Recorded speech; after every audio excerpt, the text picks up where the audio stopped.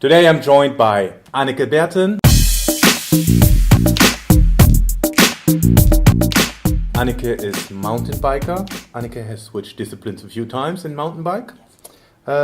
Most notable achievement, 3 times world champion in four cross. Yes. Junior world champion BMX. Yep. 96 and 97, long ago. Long ago. And in 2015 you made your last switch to enduro. Yeah. And also became European champion in enduro. Yeah. In that year. Yeah. Welcome, Anneke. Thank you. Anneke, let's start. What was your darkest moment as an athlete or as a person? Darkest moment as an athlete. Well, I think we have a lot. It's an up and down as an athlete. A lot of dark moments. But the one that stick to me most is 2016. 2015, I basically had a perfect year. I won a lot of races, titles. But in 2016, I got sick. Not really knowing what I had, where it came from. It took a long time to figure out that I had some kind of... They still don't really know a bacterial infection or a virus in my body. And it basically shut me down for the whole season. So 2016, after 2015, being on a high, being in the flow where we always talk about, 2016 was miserable. I got so sick at one point that I just could sit behind a computer for 5 minutes, and that was it. Then I had to go back to bed. I was tired, fatigued, just ill. First I thought I had the flu, and that took a long time. So it wasn't the flu. They figured out that quite quick. Put me on different antibiotics. Then the first antibiotics didn't work. Put me on a second antibiotic. So after almost 3 weeks of antibiotics, I still, that messed me up as well. My whole body, my system, everything shut down. Still tried to race. That didn't go well as well. And then I got back here at Papendal and went to see the doctor here, did a test, and then they figured out I even had problems with my heart rhythm. So it was skipping beats. So the body was so messed up that they put me on bed rest right away in the middle of the summer. And that was basically the season for me. So that was definitely a year of a lot of dark moments. Was it kind of an overtraining? No, they don't think so. They think I've got it in South America. I traveled in the beginning of the year to South America, so they weren't really sure if it was something that was in the food or in the water, that I got some kind of bacterial infection that just attacked the body. And then me still trying to race and me still trying to train, because at first you just think it's just a flu or something, and I'll get over it, just let the antibiotics do its work. And then you keep trying, and then you're there's something is off, something is wrong, because I was so tired. I never felt like that before, and even if I got out of the chair, I was all dizzy, so low blood pressure, just everything was off. But you feel the pressure of all your sponsors and of yourself, of course, that's your living, you got to do your job, you got to go get results, and especially like I said, coming from a year that you win everything to going to a year where I couldn't even qualify for a pump track or dual, or getting a 4th place in dual slalom where I normally in the final, it was such a shocker. Yeah.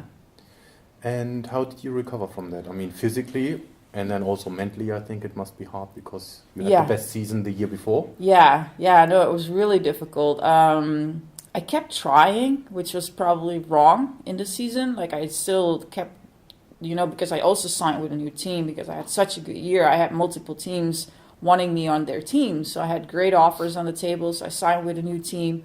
And then you have a year like that, and you're let me at least try and do this race. And then I went to Italy for the last World Cup of the season. And I was well, at least let me try, I really want to finish the season of trying to race. And I remember starting to race, and I had a hard time keeping up with the girls in the race. And I tried doing the first stage in enduro, the downhill, and my body was just did not want to do anything. I remember just going into tears while I was even on the bike. I was just so frustrated.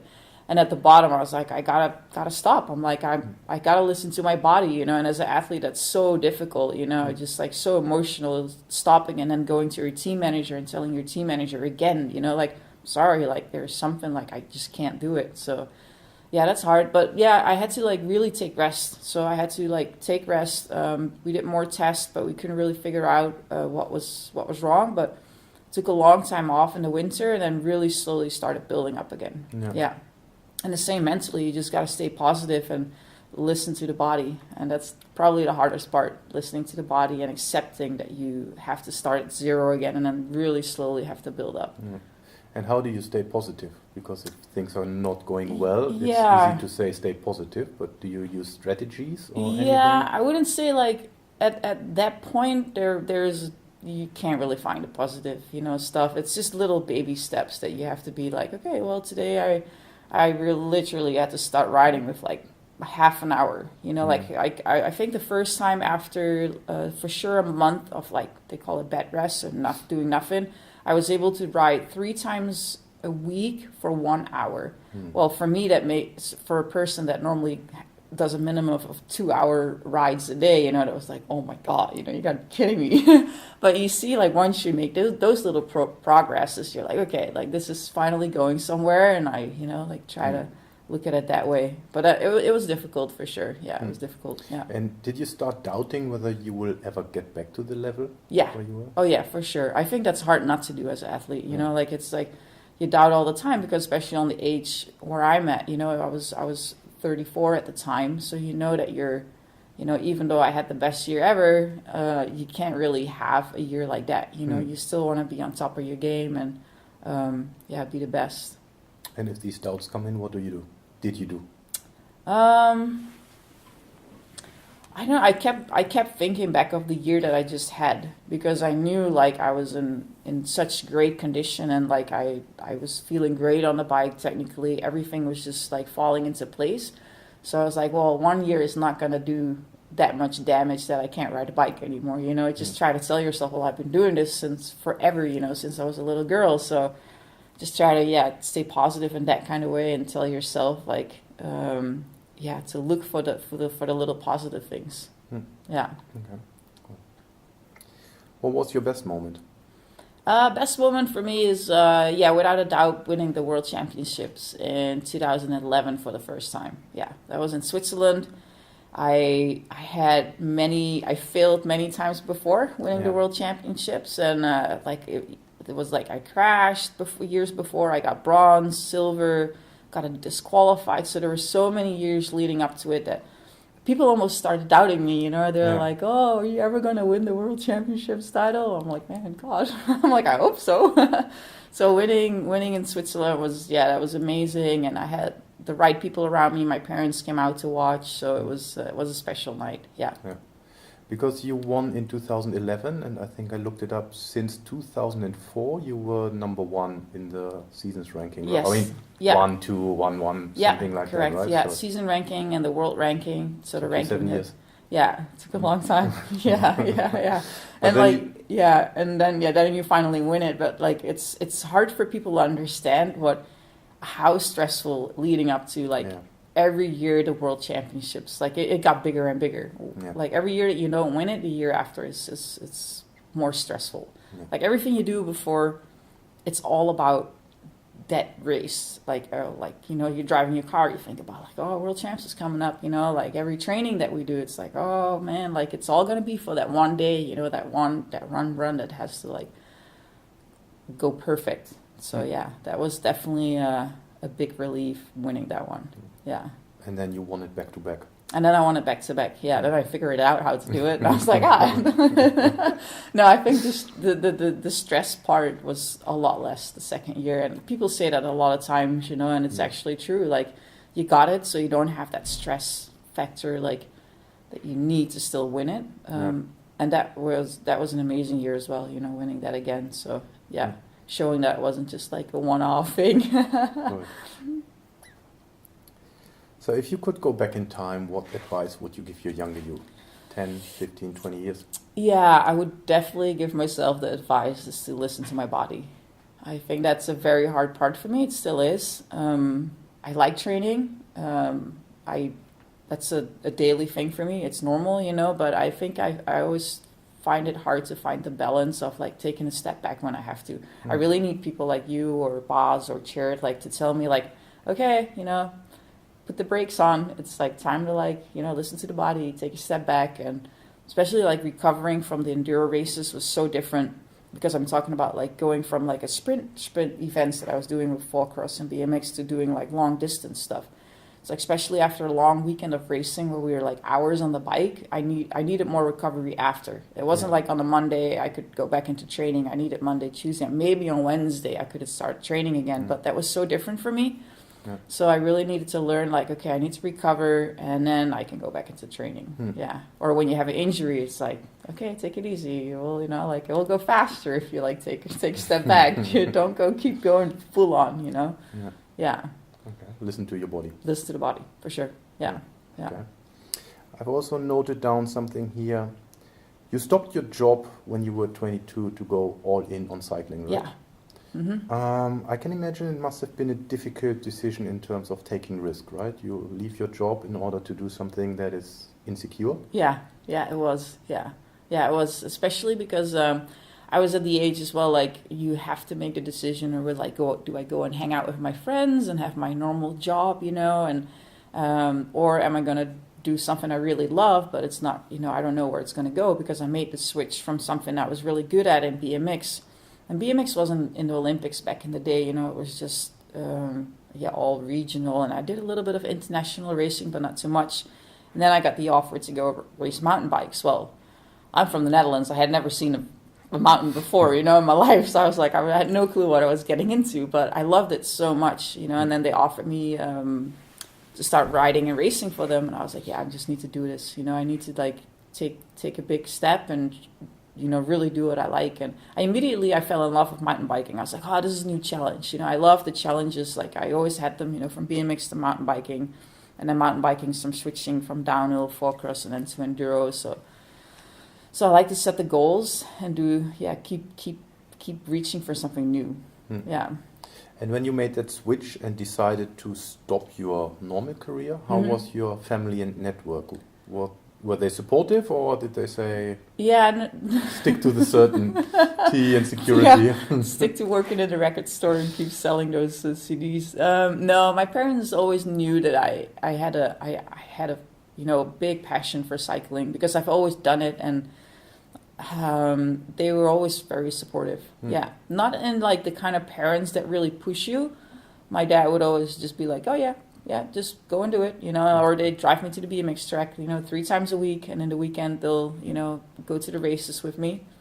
But I think they were very happy when I turned 18 and I got my driver's license, so they didn't have to drive me everywhere anymore. They were like, they could chill out.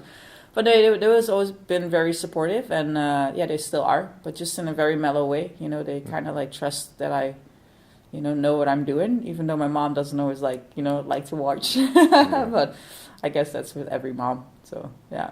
Yeah, I can relate to that. I think if I see what you guys are doing and what happens, I wouldn't want to see my daughter do that. going through that risk. Right? Yeah. What are the habits that make you a successful person or athlete? I think if I look at myself, I always had very clear goals of what I wanted. You know, I knew as a little girl, like I want to become world champion. You know, I want to win those rainbow stripes, and I think that's a thing that is important, to set the goals and have a habit and structure in your life. Like you got to be structured to like actually reach those goals. Yeah. Okay. And you switched disciplines a few times. Was that because of new challenges or boredom, or? Yeah, I think a little bit of both. I always had that like urge to set a new goal and to try and reach it. And as soon as I reached it, I kind of like start looking around and like, okay, let's what's next. But and I think it keeps you sharp as well. It keeps you like motivated and sharp to like reach for new things and keep pushing yourself in different aspects of the sport. Okay. And I mean, I've worked with you now for 7-8 years, more than that. So if I look at your habits, I would think or say you're always well prepared and very professional. Is that something that came through Bosse, the coach? Because I mean, if we look at the athletes and also the ones I've interviewed before, preparation always comes back, right? So is it something that came through him, or is it something that you have naturally? I think a little bit of both. I think a lot of stuff is taught by them, by Boz, and the way like we always worked with you guys, and going here to the Olympic Training Center and train. We always had structure, and I think structure is very important. But I always have it myself as well. Like I always have a kind of structure when I'm traveling or when I'm racing, preparing for racing and stuff. And I think it's a good thing. It's something that you kind of need to have as an athlete. Yeah. Mm. I think most top athletes, what I see and around me, are pretty structured. Mm. I think that's just kind of a little bit of both. Mm. Yeah. Talking about structure, do you have a morning routine? Morning routine. I do have a morning routine. First thing on my schedule or my agenda is breakfast. I do not leave without. Doesn't matter where I am. I'm like, I can't leave. Even if it's 4 a.m. in the morning and we have to go to the airport, I'll like have a little cereal or yogurt or something in my backpack to like eat. I just like, you don't want to like be traveling with me and like on an empty stomach.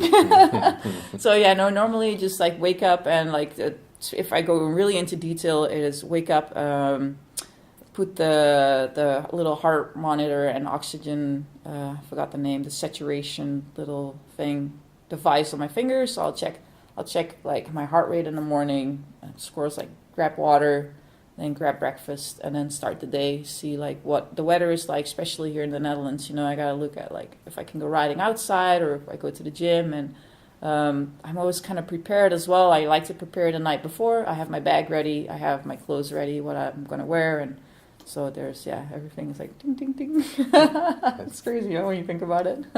Well, I don't know. No, I think it's like, it's a routine, I think a lot of people have it, even if you have a normal job, you get your food ready the night before and yeah. There's also that story about Steve Jobs and Mark Zuckerberg, that they wear the same stuff every day. Okay. Because it frees up mental space. So they don't have to make a decision what to wear. Yeah. So they have a routine, what they wear and so on. Yeah. So they can focus their stress. mental energy on the things that matter. Yeah, so, I could see that. I could see that for sure. Yeah. Okay. So how do you prepare for important moments? For important moments, for important races, nowadays we do a lot with visualizing, of course, like making sure I know like the trails very well, the downhill trails, and then make sure I know my time schedule for the day. Like I said, I just like to be prepared. Know in my head like the lines. It's very important mentally to know like how the trails are. So I look a lot of GoPro before. Lines refers to? Like technical lines on the course, knowing when there's like on a trail or on the downhill, knowing which like section, for example, there's like a drop or a technical rock section or something like that. So I really need to know like how to or where the trail is going to go. Do that, and then I would say like same thing. I prepare everything the night before. Just make sure I have my my food package ready as well, because when we do the long enduro races nowadays, I need to bring my own food. So I'll prepare everything the night before. Same with the water bottles, drinking bottles, numbers. Get your number on your jersey, number on the bike. I always check with my mechanic if there's anything on the bike I need to know. Did he make changes? Like we make a lot of because of what I do, my bike is a big part of the racing. Did he change my brake pads, for example, or did he change my rotors? Do I have fresh tires on? What tire pressure am I running? Yeah. So all that stuff is something I need to make sure I talk with my mechanic about. Know that I just have to jump on the bike in the morning and everything's set. So do that, and then make sure everything is ready in the morning to go. Yeah.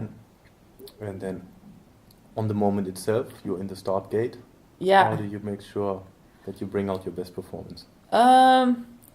I kind of try to get a little bit aggressive. That seems to be working good for me. Over the years of racing, I've tried all kinds of different things, of course, but I know I have to get my heart rhythm up a little bit. So I do some sprints before the start gate, like make sure my body is a bit like aggressive. I would almost say like you get your heart rate up and get in that zone. I don't really care what everybody around me is doing. I try to focus on me, because it's so easy to get distracted, what other people are doing, or some girls will like not shut up, to just keep talking and talking. That's how they work, like deal with nerves, for example. And I can't stand that, it's like, oh man, shut up. And then visualize like, what trail am I riding? Like, what am I going to do? What are my strong points on the trail? Like, where do I have to attack? And, and be ready for whatever happens, because you could, hit the first corner and you can flat or crash or, but you got to make sure that you're able to adapt to whatever is going to happen in that run. And that's a lot of times the most difficult thing, because as soon as you make a mistake, you want to make up for that mistake, but you can't. Like, you should not try to make up for a mistake. You just have to like get back into your rhythm and get back into your flow, and then push hard. You started riding your bike with 3 years of age. Yeah. And you started competing in BMX with 4 or 5? Yeah, 4. I did my first race when I was 4. Okay. Were you always competitive? Yeah. Well, if I hear it from my parents, yes. I think I still am. It doesn't matter what I do. Yeah, I've always been competitive. It's always in me. Yeah, I find it interesting, because also recently I spoke to Jeffrey Hoogland. Yeah. He also said when he was 3 years old, he wanted to win badly already. Yeah. So, and then I look at other kids, I think the competitiveness starts much later. Okay, yeah.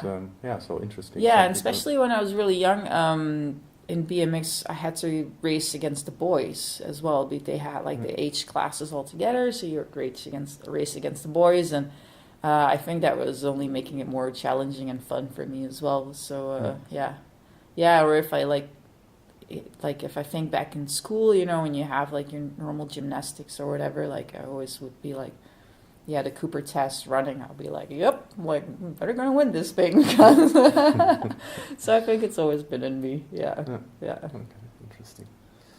So how do you overcome setbacks? Well, just what we talked about before.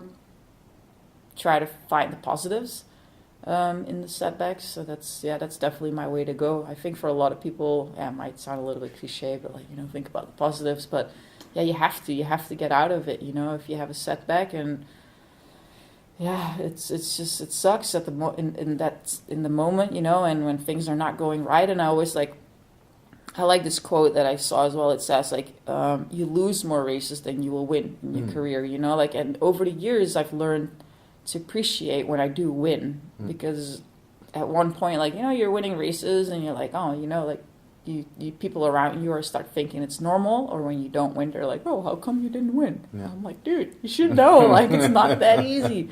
And then you start losing a little bit more, and then you really start appreciating the ones that you do win. And I think that's just the best thing to do, is stay positive and believe that you can, like I just said, I know how to ride a bike. It's just not every year will be as the same. You have injuries or you get sick, and also now I see a whole new generation coming up in mountain biking, especially the young girls that are in the age of 10 to 15 years of age. They're so skillful. It's amazing. It's when I grew up in that age, BMX tracks were pretty flat, and if you look what the kids practice on nowadays, it's huge. And I see that in the skills in mountain biking as well. The girls are so skillful, and they ride with the boys, and so I think that's really cool. I'm retired by then when they come into the professional category of elite. But it's cool. It's cool to watch. Yeah. Do you have a role model? No, I don't really think I do have a specific role model. I think the people around me are more of role models when I train with the BMX team, for example, or the other day when I was in the gym with all the track cyclists. That are people that inspire me. I see the girls and boys training hard and motivate me as well. I do have role models when I think about a Marianne Vos, for example, and I admire those people with what they have achieved in their career. It's amazing, and especially knowing how difficult it is as an athlete yourself in cycling. It's not just at one point people just thought oh, Marianne is going to win. That's it. And if she didn't win, then people were like, oh, how come she didn't win? And as an athlete, you're like, oh my God, you guys should know how difficult it is. But I think on a daily based life, it's the people around me that inspire me mostly. Yeah. Or even when it's going to the gym in California, I go to a CrossFit, at 9 a.m. the housewives come in. They're gonna do their CrossFit hour, and it's so impressive. You know, they have normal jobs or, you know, take care of their kids, and they come into CrossFit and you see what they do. You know, it's like, it's so impressive. So I'm always like, man, I'm like, I should pick up my speed right now. But yeah, that's definitely what motivates me. Yeah. What's the best advice you received, and who gave it to you? Oh, God, best advice. I would say it's all just simple stuff. Like, work hard, play hard, keep it real. I think you have to work hard in order to play hard, you know, do the fun stuff, you know, race well. And keep it real is one of the things I really like. But I just saw that. It's not that somebody told me. It's from an artist that has like a really cool painting, and it says, keep it real. And for me nowadays with social media, it's so difficult to be yourself and to keep it real, because we all try to show only the cool stuff, and you know, we want to be liked. We want to be liked by everybody, and it's hard to keep it real. You know, it's hard to be yourself and show yourself and not go into a different direction of like just being liked by people. So I really try to stick to that, and try to think of that when I'm in that little social media bubble. And yeah. And work hard, play hard refers to work hard is the preparation. Yes, and playing exactly. is the competition. Yeah, you have to work hard. You have to do all the work before in order to play hard, to do the fun stuff, you know. And that's definitely a part of it, because you can't sit on the couch and think that you're gonna win a race. Maybe with a few talents out there, you know, we always have the talents and that, you know, show up and be like, you know, I got this. And then they do. But it normally doesn't last that long, you know. So yeah, I think, well, it definitely for me, I always had to work hard. I always had to work hard to get where I wanted to be. Yeah. Definitely not sitting on a couch and be a couch potato. Yeah, no, I can see that. Yeah. How does a typical training day look like? A typical training day is wake up, and depending on the day, what day of the week it is, it's either gym training in the morning, and then I do my endurance training in the afternoon. Or when it's a different kind of day, I do some specific sprint stuff or intervals in the morning, and then normally still a recovery ride in the afternoon. And if it's a single day of just riding, it's normally a long ride. So I'll hit like 3 hours or 3 to 4 hours on the road bike or mountain bike or something like that. Yeah. Okay. Yeah. Yeah. Pretty. I would almost say simple, but it's not science, you know. You have to do the work. Exactly. Yeah. I have another question. I need a bit of a longer introduction for that. Okay. I remember once we were sitting down and talking about your new training plan for, I think, when you made the switch to enduro racing, you know, different demands of the sport. And I asked you what the difference is between better riders and the rest. And I also remember your answer, and you said, in the end, it comes all down to bike skills. Yeah. A lot of it wasn't the question yet. But on the other hand, I also know you are very strong on physical preparation, right? Getting into shape. Yeah. So if you see the both things of skills versus physical preparation, or, I mean, they probably go hand in hand. Can you elaborate on your vision on that for cycling? Importance of skills versus... Yeah, it still depends on what discipline you do, but of course it has to be a combination of both. You know, if you're not fit, you know, like the body won't do what you need to do in order to perform. But in the end of the day, like if I'm super fit and I put all the work in the gym and on the road bike, but then let's say I travel to South America or whatever, and I've never been there, and I come to like a totally different kind of terrain. And I don't know how to ride it. You know, the dirt is different. It's maybe loose gravel, or it's like volcano ash kind of gravel. And it's super technical, and I feel out of my comfort zone. You know, like the technical skills side of me is slacking or blocking, or I can't really prepare for that when I'm here, or, you know, wherever I'm training.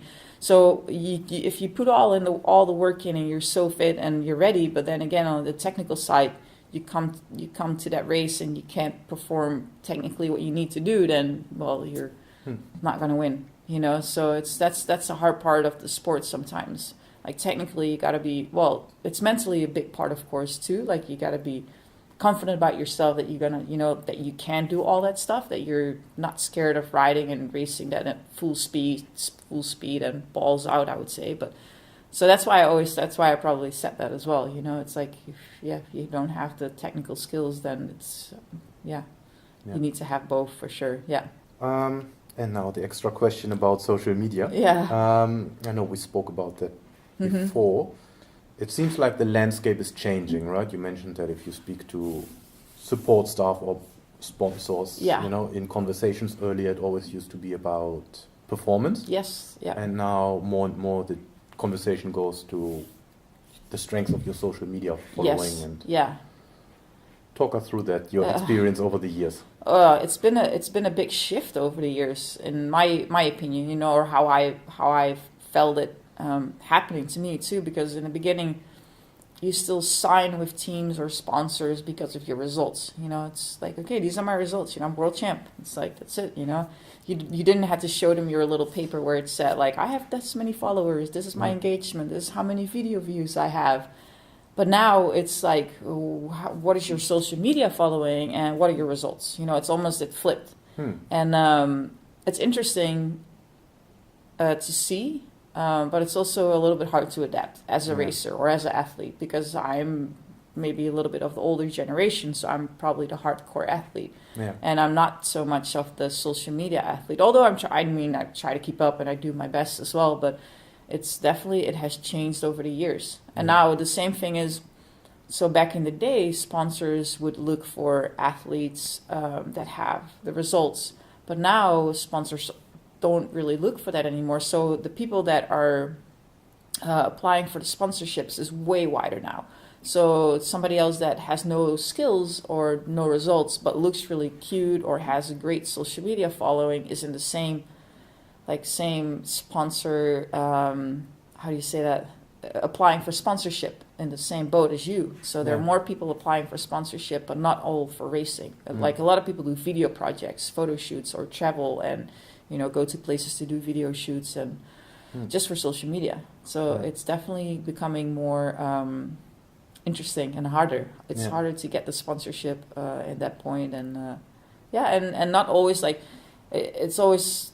For me, at one point when it all started happening, I remember I was like riding my bike and I was like, man, like, I wonder what I should post today. Or maybe I should stop here and take a photo of this. Oh, this would be rad. And I was like, man, I got to stop thinking. I need to train, And now I'm like, you need to like almost like make time to post something on social media because it's part of your daily routine.